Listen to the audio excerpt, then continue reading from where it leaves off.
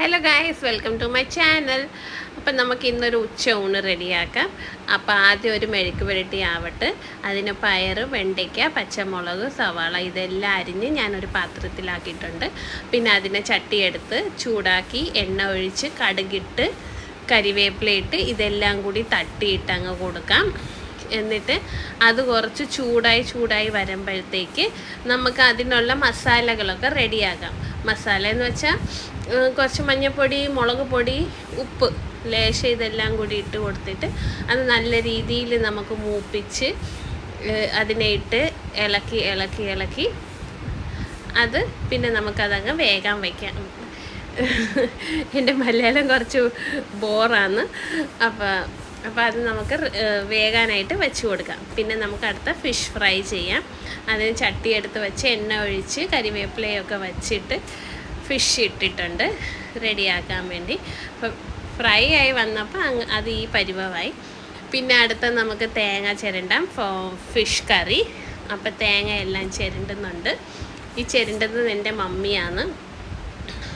അപ്പോൾ തേങ്ങ നമുക്ക് എടുത്ത് ഒരു ജാറിലോട്ടിട്ട് അതിലോട്ട് മഞ്ഞൾപ്പൊടി, മുളക് പൊടി, മല്ലിപ്പൊടി, പിന്നെ കൊച്ചുള്ളി ഇതെല്ലാം കൂടി ഇട്ട് വെള്ളം ഒഴിച്ചിട്ട് ഇത് നമുക്ക് അരച്ച് ഒരു സൈഡിലേക്ക് നമുക്ക് മാറ്റി വയ്ക്കാം. എന്നിട്ട് ഫിഷ് കറിക്ക് ഇടാനുള്ള ഇൻഗ്രീഡിയൻസ് എല്ലാം നല്ല പച്ച മാങ്ങ എന്നും വിചാരിച്ച് കിട്ടിയിട്ടുണ്ട്. പക്ഷേ അത് കളറാണ്, പക്ഷേ നല്ല പുളിയുള്ള മാങ്ങയാണ്. അപ്പം ആ മാങ്ങ നമുക്ക് അരിഞ്ഞ് ചട്ടിയിലോട്ടാക്കാം. എന്നിട്ട് അതിന് ശേഷം ടേസ്റ്റിന് വേണ്ടി ഒരു മാങ്ങയും കൂടി അരിഞ്ഞ് ഇടുന്നുണ്ട്.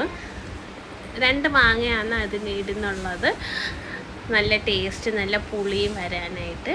അങ്ങനെ 2 മാങ്ങയാണ് ഈ ഒരു കുഞ്ഞു ചട്ടിയിലോട്ട് ഇട്ടിരിക്കുന്നത്. നമുക്ക് ഇന്ന് കിട്ടിയ മീൻ കുഞ്ഞു മീനാണ്, നത്തോലി. പിന്നെ ഇതാ തക്കാളി നമുക്ക് അരിഞ്ഞിട്ട് കൊടുക്കാം. പിന്നെ അതിന് ശേഷം ഇതിനൊരു തക്കാളിയാണ് എടുത്തിട്ടുള്ളത്.